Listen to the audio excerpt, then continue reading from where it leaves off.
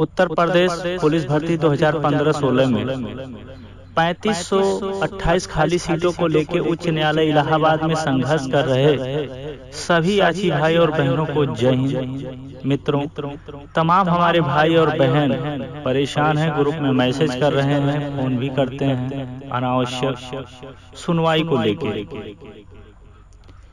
रीट संख्या 26,813 अप्रैल 2018 में लगभग 99% बहस पूर्ण हो चुका है।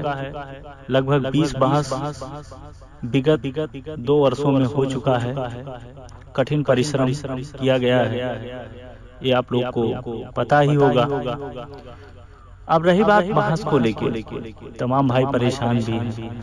हम कई ऑडियो वीडियो में आप लोगों को अवगत भी करा चुके हैं कि जब तक लॉकडाउन रहेगा तब तक बहस करवाना ना उचित है, ना हमारे आपके भविष्य के लिए बेहतर है। क्योंकि बेहतर तब रहेगा जब जितने भी भाई उच्च न्यायालय इलाहाबाद में रीट संख्या 26,813 में कनेक्ट हैं, कोई भाई छूटने ना पाए, कोई बहन छूटने ना पाए, सबको वर्दी मिले, तब हमारा आपका संघर्ष पूर्ण माना जाएगा। आर्डर तो आना तय है, इसमें कोई सस्पेंस नहीं है, इसमें कोई समस्या नहीं है। लेकिन हम आप जल्दबाजी करते हैं, समय के खिलाफ जाते हैं, तो शायद भुक्तभोगी भी हो सकते हैं। कहीं जनरल अलाउ हो गया तो तमाम हमारे भाई जो सुरक्षित जोन में हैं वो असुरक्षित जोन में चले जाएंगे। तो हमें ऐसा कतई नहीं करना चाहिए। काफी लोग राय देते हैं वीडियो कॉन्फ्रेंसिंग के द्वारा बहस हो जाए, अध्यापकों का परिणाम घोषित हो गया, जजमेंट आ गया। तमाम ऐसे भर्तियों का उदाहरण देते हैं। तो सबसे पहले मैं आप लोगों को विस्तृत जानकारी देना चाहता हूं कि हर एक भर्ती सामान्य नहीं होता है। आप लोग को भी शायद पता भी होगा और जरूर अनुभव करिएगा। हर एक भर्ती एक नियमावली पे नहीं होता है। अलग अलग भर्तियों का अलग अलग नियमावली होता है, अलग अलग विज्ञापन होता है, अलग अलग नियम के तहत पूरी भर्ती की जाती है। तो हमें हर एक भर्ती अपनी भर्ती समझ लेना ये गलत है, बेवकूफी है। दूसरी बात, जब तक हम जज के सामने अपनी पूरी मुद्दा, अपनी पूरी बात बेहतर से बेहतर ढंग से नहीं रख पाते हैं, नाकाम रहते हैं, तो शायद जो हम चाहते हैं वो नहीं कर पाएंगे। सकारात्मक के बजाय नकारात्मक परिणाम, यही काम होता है वीडियो कॉन्फ्रेंसिंग में। क्योंकि जज अपने चैम्बर में आपकी कुछ ही बात सुन पाएंगे। तो ऐसे स्थितियों में समस्या हो जाता है। और हम ऐसे मुकाम पे पहुंच चुके हैं, जरा सा चूक, जरा सा गलती हमारी आपकी भविष्य को तबाह कर सकता है। हमें इस बात को नहीं भूलना चाहिए। लेकिन तमाम हमारे भाई बहन जज्बात में आके तमाम प्रकार का राय देते हैं। वीडियो कॉन्फ्रेंसिंग, डेट लगवाना, इम्पोर्टेंट मुद्दा, ये सारी चीजें तमाम भाइयों के द्वारा ग्रुप में सूचना मिलता है, ग्रुप के माध्यम से, और फोन में भी राय देते हैं। तो आप सभी भाइयों से मेरा अनुरोध है, आपका जीवन अकेला है, आप अपना विचार प्रकट कर सकते हैं, लेकिन हजारों भाइयों के जीवन हमारे कंधों पे है। हम ऐसा गलत कार्य कभी नहीं कर सकते। जब हमको लगता है कि हम आप सुरक्षित हैं, हम अपनी बात पूरी हमारे अधिवक्ताओं, सीनियर एडवोकेट, जूनियर एडवोकेट के द्वारा जस्टिस महेश चंद्र त्रिपाठी जी के कोर्ट में पूरी बेहतर से बेहतर पक्ष रख सकते हैं। हमें कामयाबी का 101% फैसला हमारे तरफ आ सकता है। वो समय हमको मालूम होने लगेगा, एहसास होने लगेगा, तो हम जरूर डेट लगवा के तुरंत बहस करवा लेंगे। हम आप एक डेट के पीछे हैं, एक डेट में हमारी आपकी भविष्य तय होने वाली है। हम मानते हैं बेरोजगारी में समय बिताना बहुत दुर्लभ कार्य है, लेकिन हमें समय के साथ साथ अपने भविष्य का भी चिंतित जरूर होना चाहिए। तो हम सभी भाइयों को एडवाइस देते हैं कि जैसे आज तक आप धैर्यता का परिचय दिए हैं, वैसे कुछ दिनों जब तक लॉकडाउन समाप्त नहीं होता है, मैं अपने अनुभव के अनुसार आपको बताना चाहता हूँ कि 17 तारीख तक लॉकडाउन है। अभी आप बीच में देखे होंगे चीफ जस्टिस के द्वारा एक निर्णय लिया गया कि 8 तारीख से न्यायालय सामान्यतः प्रारंभ होगा। 2-2 घंटा कुछ अंतराल के बाद सुनवाई होगा, क्रिमिनल केस का और सामान्य मैटर का। लेकिन 8 तारीख के पहले अति आवश्यक समझ के चीफ जस्टिस के द्वारा अपना निर्णय वापस लेना पड़ा। मित्रों, लॉकडाउन में कोई भीड़ नहीं लगा सकता और उच्च न्यायालय इलाहाबाद कोई भी न्यायालय है, न्यायालय का एक गरिमा होता है। जब जस्टिस ही लॉकडाउन का पालन नहीं करा पाएंगे तो एक गलत मैसेज जाएगा। इस वजह से मेरा सोचना है कि चीफ जस्टिस अपना कदम वापस लिए, और जो मेरा सोचना है कि 17 तारीख के बाद पुनः धीरे धीरे कोर्ट प्रारंभ होगा। इम्पोर्टेंट केसेस, फ्रेश केसेस सुनवाई प्रारंभ, फिर 1 सप्ताह के बाद सारी चीजें नॉर्मल हो जाएंगे और फिर सुनवाई कराने में कोई समस्या नहीं होगा। मित्रों, कोर्ट के अंदर भीड़ तो 1 माह तक नहीं जा सकता है कोई, लेकिन हम लोग पहले से ही मुंशी का पास बनवा के रेडी हैं। कोर्ट के अंदर जाना आना कोई हमारे लिए बहुत समस्या नहीं होगा। तो आप लोगों से हम एक अनुरोध करना चाहते हैं कि जज्बात में आके कोई हम आप गलती ना करें। बाकी जस अपजस परिणाम ये सब ईश्वर के बस में है। हमारा काम सिर्फ कोशिश करना है, कर्म करना है, और उसी कर्म और कोशिश के बल पे जो हमारे विपक्ष में था उसे हम आप पक्ष में लाए हैं। इसमें महत्वपूर्ण योगदान सभी याची भाइयों और बहनों का है। आप लोगों का योगदान ना रहा होता तो शायद यह केस इस स्थिति में नहीं आता। तमाम भाइयों का जो भविष्य, बहनों का भविष्य बनने वाला है, शायद वो अंधकार में जा सकता था। जो सीटें हमको मिलने वाला है वो नहीं मिलता। ये भी कन्फर्म है। आप लोग जानते हैं कि नियमावली हमारे विरुद्ध था, भर्ती बोर्ड हमारे विरुद्ध था, सरकार हमारे विरुद्ध थे, हेडक्वार्टर हमारे विरुद्ध था, सारे चीजें हमारे विरुद्ध था। लेकिन हमारा आपका प्रयास, हमारा आपका कोशिश, हमारा आपका सत्य की लड़ाई, जो संघर्ष था वो विफल नहीं हुआ, सफल हुआ। लेकिन सफलता तब माना जाएगा जब जितने भी याची भाई और बहन हैं पूर्णतः सफल हो जाएंगे और वर्दी उनको मिल जाएगी। इसी निष्ठा से कार्य किया जाता है, एम से उद्देश्य से काम किया जाता है। आज तक जो भी काम किया गया है ईमानदारी से काम किया गया और आगे भी करता रहूंगा जब तक हमें आपको सफलता नहीं मिल जाता। लेकिन एक जल्दबाजी, एक गलत निर्णय पूरा जीवन तबाह कर सकता है, हमारा आपको और हमारे विपक्ष को फायदा पहुंच सकता है। इसलिए हम आप जो भी कार्य करें वो बहुत सावधानी, राय विमर्श लेके अपने अधिवक्ताओं से, जूनियर सीनियर, तब जाके हम कार्य करें। दूसरी बात और आप लोगों को हम बताना चाहते हैं, काफी हमारे भाई ऐसे भी हैं बहुत परेशान हैं याची आर्डर और जर्नल आर्डर को लेकर। देखिए, क्योंकि कई भर्तियों में जो जजमेंट आया है, जर्नल आर्डर भी आता है और याची आर्डर भी आता है। तो हर एक भर्ती को अपना भर्ती समझ के तुलना करना ये गलत है। पहली चीज, जर्नल ऑर्डर क्यों नहीं आ सकता? जर्नल ऑर्डर आने के लिए कट ऑफ डाउन किया जाएगा। कट ऑफ डाउन करने का हमारे नियमावली में ऐसा कोई भी जिक्र नहीं है, वेटिंग लिस्ट का कोई भी प्रावधान नहीं है। इसलिए ज्यादा तवज्जो याची ऑर्डर को मिल सकता है।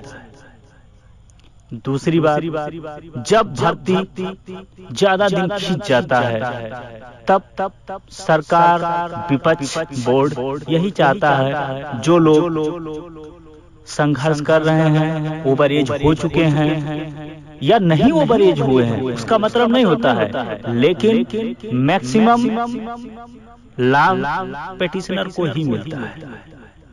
कई चीजें हैं जो पेटिशनर ऑर्डर अलाउ हो सकता है। हमारा एक काम है संघर्ष करना, कोशिश करना। अभी तक जो कोशिश था हमारा कि सीट को कंफर्म करना। कोई भर्ती हो जस्ट तभी ऑर्डर देते हैं जब सीट कंफर्म होता है। सीट कंफर्म हुआ। दूसरा हमारा बहुत बड़ा समस्या था कैरी फॉरवर्ड, जो रूल में था, लेकिन हमको पता था कि भर्ती बोर्ड एक नहीं हजारों गलतियां किया है। वेटिंग लिस्ट खुद लगाए हैं, तो उन्होंने नियम का पालन नहीं किया है। इसलिए हम पूर्णतः स्वस्थ थे कि हमारा वैकेंसी कैरी फॉरवर्ड नहीं होगा और उसमें हम कामयाब भी हुए। जहां तक मेरा सोच रहा है, अनुभव है कि आज तक इतिहास गवाह है कोई वैकेंसी कैरी फॉरवर्ड नहीं हुआ है। इतनी बड़ी 2, 4, 10, 50, 100 की बात तो नहीं कर रहा हूँ, लेकिन इतनी बड़ी संख्या में आज तक जो इतिहास गवाह है, जो हमें नॉलेज है, उस अनुसार हम आपको अवगत करा सकते हैं कि आज तक इतनी बड़ी वैकेंसी कभी कैरी फॉरवर्ड नहीं हुआ है।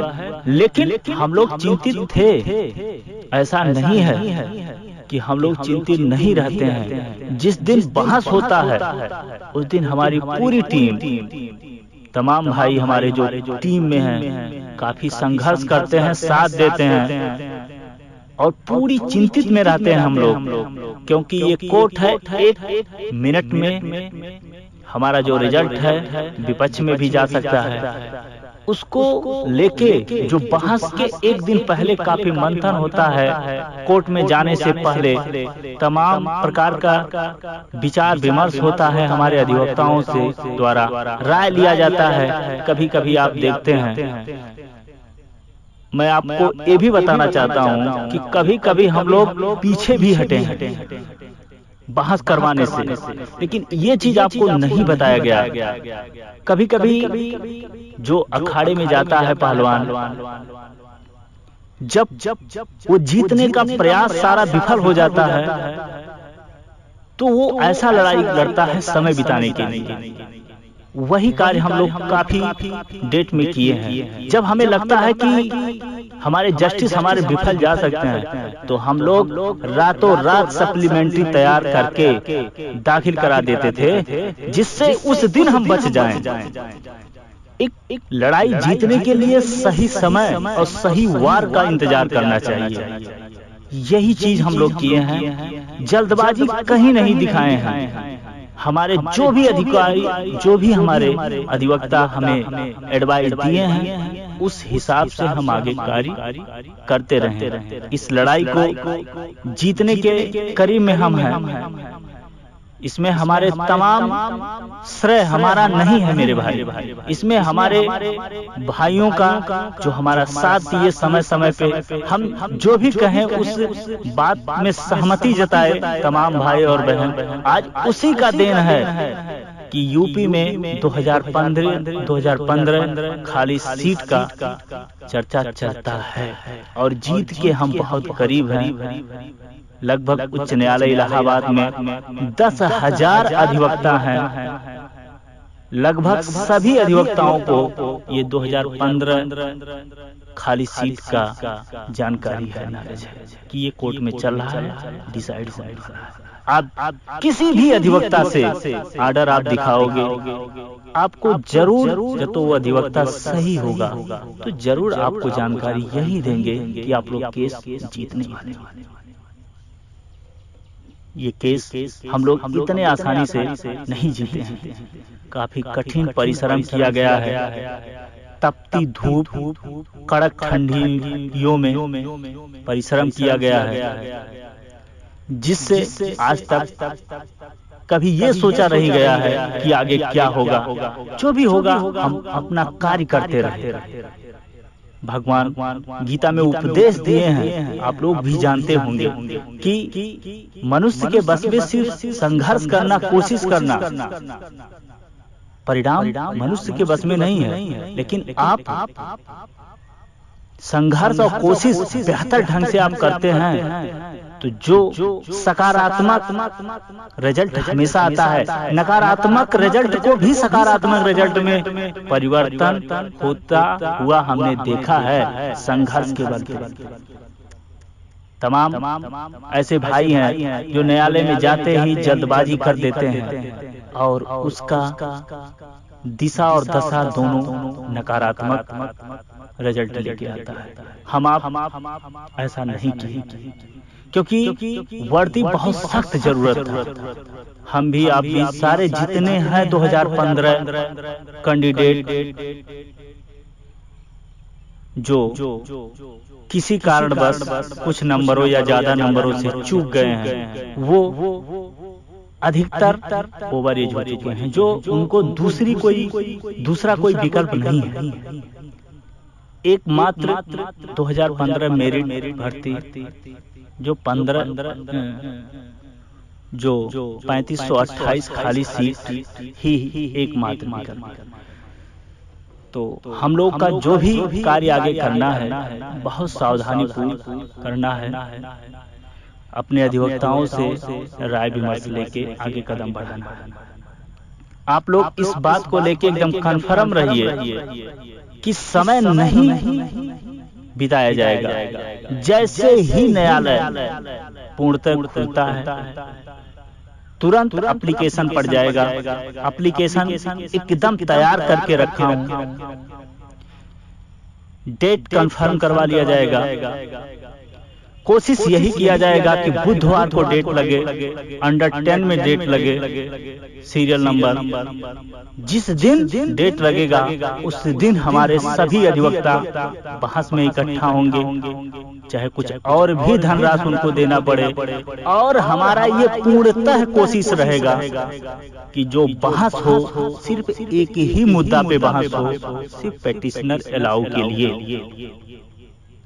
क्योंकि तभी हमारी लड़ाई पूर्ण मानी जाएगी कि कोई भी हमारी याची भाई छूटने ना पाए। आप लोग इसको लेके मैसेज ना करिए और अन्य आर्डरों से अपना आर्डर तुलना ना करिए, क्योंकि हमारा एक ऐसा केस था जो हमारे सारे चीज हमारे विपक्ष में थे, नियमावली से लेके सरकार से लेके बोर्ड तक। लेकिन आप लोगों के सहयोग से, साथ से, हमारे संघर्ष से सारे कुछ हमारे पक्ष में आ गया। तो हमें ज्यादा चिंतित होने की जरूरत नहीं है, थोड़ा सब्र रखने का जरूरत है। और ये लड़ाई हम तब तक जारी रखेंगे जब तक हमारे सभी याची भाई और बहन पूर्णतः अपने वर्दी में नहीं आ जाते हैं। मित्रों, जैसे हम लोग लगभग 2-3 वर्ष से संघर्ष करते आ रहे हैं, सब्र रखे हैं, वैसे 10 से 15 दिन, 1 से 2 सप्ताह और सब्र रखने की जरूरत है। जैसे ही सही समय आ जाता है, कोर्ट खुल जाता है, तुरंत एप्लीकेशन डाल दिया जाएगा, क्योंकि एप्लीकेशन तैयार करा के रखे। मित्रों, बहस को लेके, डेट को लेके आप लोग कृपया मैसेज ग्रुप में ना करिए और ना फोन करिए।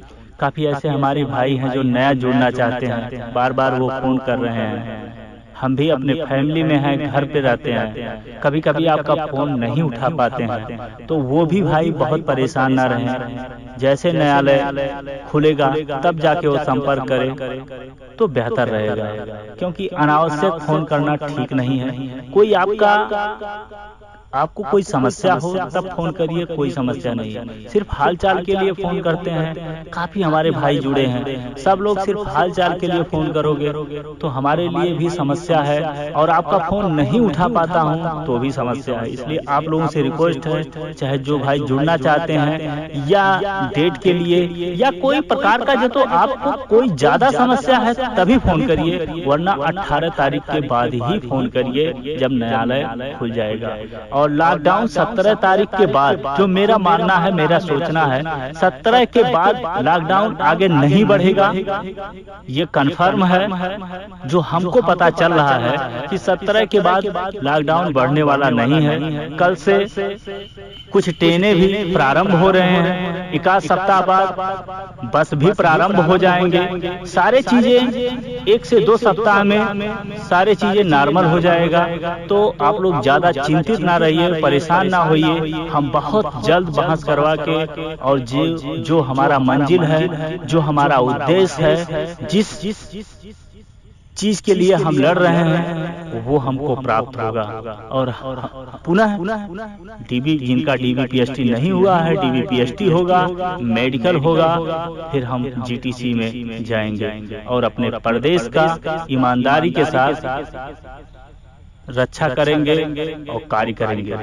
तो इसी शब्दों के साथ हम विराम लेते हैं। आगे जो भी जानकारी होगा 18 के पहले कोई अपडेट मिलता है, अभी तक जो अपडेट था वो आप लोगों को अवगत करा दिया गया है। 18 के पहले और कोई अपडेट मिलता है, कब से कोर्ट क्या चलता है क्या नहीं चलता है, तो आप लोगों को जरूर बताया जाएगा। और जल्दबाजी में आप लोगों को ऑडियो देना ये ठीक नहीं रहता है। आप देखे ही होंगे, बीच में एक डिसाइड किया गया कि 8 से चलेगा, फिर उसे वापस ले लिया गया। ऐसे से हम तुरंत तो ऑडियो के माध्यम से आप लोग को अवगत कराएं, तो हमारी भी बातें आपके सामने गलत मैसेज के रूप में जाएगा, और हम ये कतई नहीं चाहते हैं। हम चाहते हैं कि जो भी आपको बातें अवगत कराया जाए वो 100% सत्यता रहे। आज तक जो भी बात आप लोगों को अवगत कराया गया है, कभी गलत नहीं बताया गया है। चाहे कोर्ट चेंज करवाने की बात कहिए, हम लोग ऐसा कार्य किए हैं, इसमें माता रानी का कृपा है, हनुमान स्वामी का आशीर्वाद है कि 4-4, 3-3 घंटे में कोर्ट चेंज करवा लिया गया है, जो आसान कार्य नहीं होता है। कैरी फॉरवर्ड को रोकना भी आसान कार्य नहीं था, वैकेंसी को निकलवाना आसान बात नहीं था। पूरा भर्ती बोर्ड हेडक्वार्टर पूरी जत्था वत्था से आ चुका था। उनके कई सीनियर एडवोकेट थे, जूनियर एडवोकेट थे, कई IAS PCS अधिकारी भी थे। पूरी कोशिश कर लिए, लेकिन वो हमको हरा नहीं पाए। कारण उसका यही है कि हम सत्य की लड़ाई लड़ रहे हैं, और तमाम हमारे भाई और बहनों के माता पिता का आशीर्वाद है, जो हम कभी नहीं हार सकते और ना हारे हैं। हम लोग जरूर अपना मुकाम हासिल करेंगे, और जो हमारा मुकाम है, वर्दी है, हमें जल्द से जल्द मिलके रहेगा। तो आप लोगों से हाथ जोड़ के निवेदन है कि 18 तारीख तक आप ग्रुप में शांति बना के रखिए, फोन कम करिए। चाहे जिनको जुड़ना है या कोई जानकारी लेना, जिसको ज्यादा दिक्कत है वही कर सकता है। बाकी हम भी अपने घर पे हैं, फैमिली में हैं, बहुत ज्यादा फोन नहीं, एक दिन में 300-300 फोन आता है, तो रिसीव करना काफी समस्या होता है रिसीव करने में। तो आप लोगों से निवेदन है कि फोन थोड़ा कम करिए। जय हिंद, जय भारत।